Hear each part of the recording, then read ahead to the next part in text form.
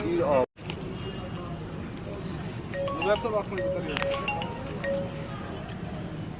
देखिए आप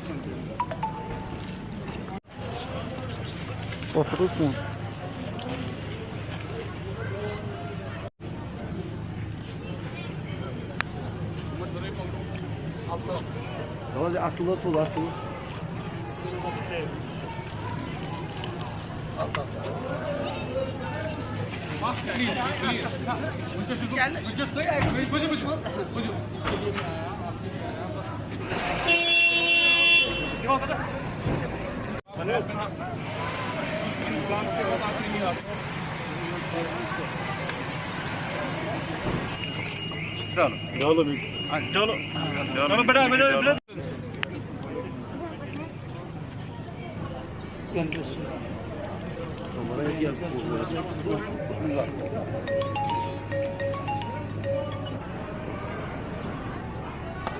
plants grow करेंगे हमारे उतने ज़्यादा बेनिफिट्स है। अगर हम देखें हॉस्पिटल्स में आजकल जो ऑक्सीजन सिलेंडर्स की है उनकी बहुत ज़्यादा डिमांड हो रही है। इंस्टेड ऑफ ऑक्सीजन सिलेंडर्स हम अगर ज़्यादा से ज़्यादा ट्रीज़ ग्रो करेंगे, हमें उनकी वो टेक्नोलॉजिकल जो हमें चीज़ें होती हैं उनकी हमें कम डिमांड पड़ेगी। इवन जो ये प्लांट्स है they are free of cost, इनके बहुत ज़्यादा बेनिफिट्स है। ये हमारे इन्वायरमेंट को क्लीन करते, हमें ऑक्सीजन प्रोवाइड करते, ग्रीनरी प्रोवाइड करते, इवन एक ब्यूटीफुल सीनरी होती है। अगर हम देखिए कश्मीर में जो हमारे हिली एरियाज है लाइक जो गुलमर्ग, या अगर हम देखें इवन एवरीवेयर हमें ग्रीनरी हर जगह पर है। इसके बहुत सारे बेनिफिट्स भी, इवन ये ग्लोबल वार्मिंग को डिक्रीज कर सकता है। जो हमारी ये पेरिस लॉ है उसमें हमें कि जो ये हमारी we are concern with this कि हमें जो हमारी प्लांट्स है हमें ग्रो करने, it's our duty, we have to fulfil it. Even हमें अपनी जो ये है एनवायरनमेंट हमें we are responsible for it.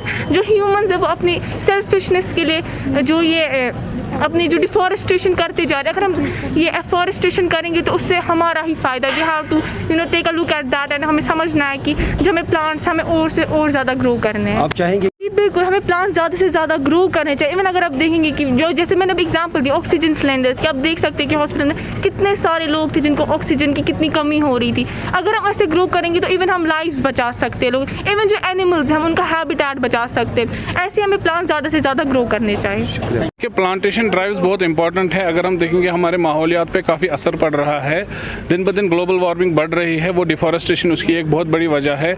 अगर आप देखेंगे उत्तराखंड में भी रिसेंटली एक बहुत बड़ा डिज़ास्टर हो गया। दिन ब दिन नेचुरल डिज़ास्टर्स बढ़ रहे हैं और उसका सीधे सीधे इंटरफेरेंस ह्यूमंस का है, वो मैन मेड डिज़ास्टर्स है।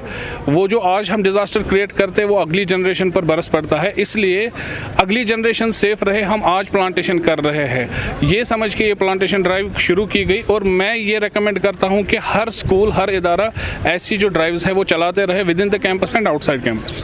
हैबिटाट डिस्ट्रक्शन जो हमने किया हुआ है जंगलों को काट के अपनी ज़रूरियात पूरी करने के लिए, वो ज़रूरियात जो थी ना वो एक लग्जरी थी। वो ज़रूरियात अगर पूरी नहीं भी होती तब भी हमारा गुजारा होता, लेकिन हम लोगों की खुदगर्जी की वजह से उनका हैबिटाट डिस्ट्रक्ट हो गया।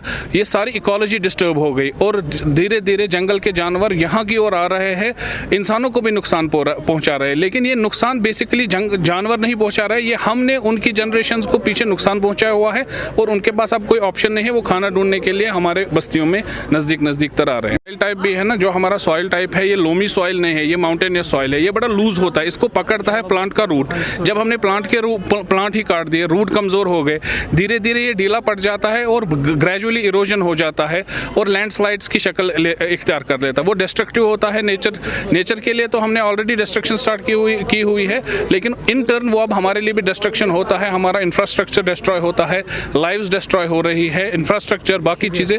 तो ये इसकी सारी वजूहात जो है कहीं ना कहीं हमारा डिफॉरेस्टेशन पे जो हमने जो रैपिड एक्सपेंशन उसका हो गया है। ये मैं एक्सपेंशन तो नहीं कहूँगा, वो एक्सप्लोजन हो गया वो था। उसको रिवर्स करने के लिए प्लांटेशंस बहुत ज़रूरी है और हमें चाहिए कि हम of the camera off the campus भी प्लांटेशंस करें जहाँ पर एक्चुअल प्लांटेशन होनी चाहिए थी। इसमें गवर्नमेंट को भी आगे आना चाहिए और एज सिटीजन्स हमें भी आना। लास्ट मैसेज ये है कि जिसको जैसे बनता है, छोटा एफर्ट बड़ा एफर्ट, वो इकोसिस्टम को बचाने की कोशिश करे।